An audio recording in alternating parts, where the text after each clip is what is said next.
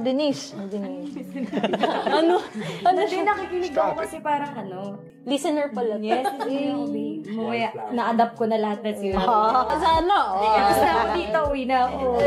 Okay. Kolo, pero nagagawa ko yung kay Amboy. Yung mahirap, madali.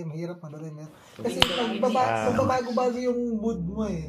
Hindi ko alam. Alam. Kasi Kayo nga mag-uusap. Kasi siya tulad na akong creative juices para sa task na to. Pause mo na. Juices. Juice na lang, juice. Creative juice. What's that? Eh, kapag wala na akong creativity, lilipat naman ako sa ibang task. Tapos after nun, parang, di ba habang ginagawa ko yan, madali lang naman siya, kaya parang may time akong mag-isip.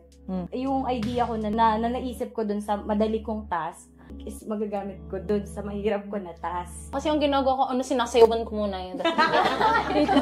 Paano yung sayaw, Kayla? Ano lang tayo sa podcast? Simple girl.